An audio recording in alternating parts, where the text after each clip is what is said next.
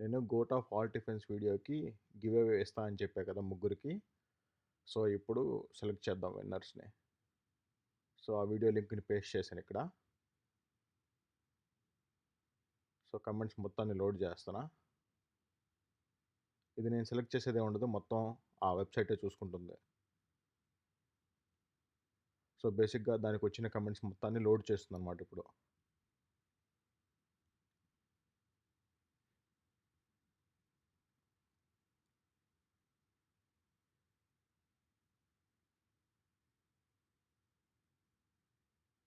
ముగ్గురికి ఇస్తా అన్నా కదా, ముగ్గురు విన్నర్స్ని సెలెక్ట్ చేశా. Confirm, start. సో ఈ కౌంట్ డౌన్ అయిపోయిన తర్వాత ఏ ముగ్గురు అయితే వస్తారో వాళ్ళే విన్నర్స్.